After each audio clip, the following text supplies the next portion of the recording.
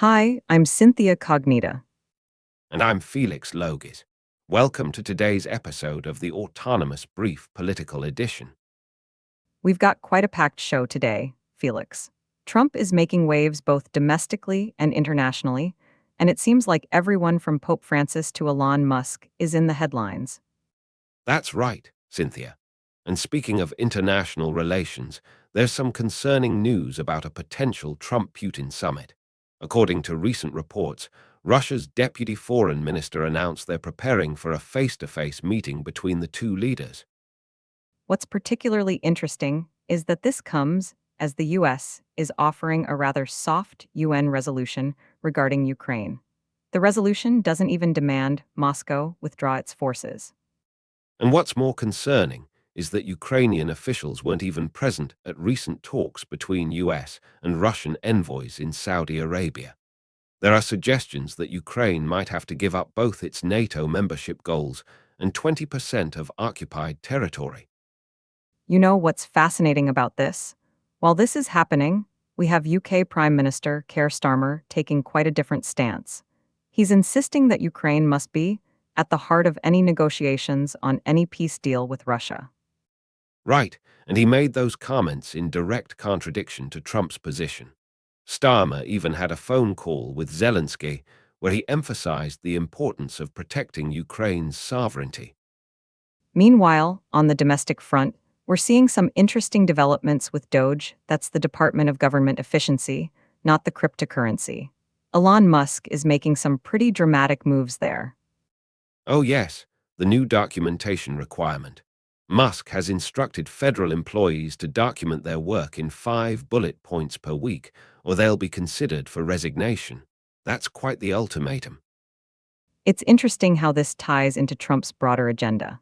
According to our sources, Trump actually praised Musk but wants him to be even more aggressive in reducing federal government size. Speaking of federal agencies, there's a concerning pattern emerging. Reports indicate that mass firings at these agencies could seriously impact their ability to provide services, especially in crucial areas like AI development. That's a great point. The administration seems to be sending mixed messages here. On one hand, Trump wants America to shine on AI, but Doge actions appear to be undermining that goal by firing recent hires working on crucial technology initiatives like the CHIPS Act. The timing couldn't be worse, especially with the ongoing technological race with China. You know, there's an interesting article suggesting that China's current strategy of power projection might actually be self-defeating. Well, Felix, that's because the article argues that power projection isn't as effective in today's technological landscape. It suggests the US should focus on combining three types of capabilities: expendable uncrewed systems, stealthy penetrating platforms, and legacy power projection forces. That's a complex strategy that requires careful coordination and expertise, exactly the kind of expertise that might be at risk with these mass firings we're seeing. Speaking of coordination, let's talk about what's happening with local governments. There's a growing crisis in English councils, with a record number requesting relaxed budgeting rules. Yes, 29 councils will now be able to use treasury loans or sell assets to cover day-to-day spending. It's quite concerning when you consider that 6 councils have effectively declared bankruptcy in recent years. It seems like financial struggles are becoming a common theme across different levels of government, doesn't it? Absolutely. And these struggles often lead to reduced services and increased burden on citizens. It's a cycle that's becoming increasingly difficult to break. Well, that's all the time we have for today's episode of the Autonomous Brief. I'm Synthia Cognita.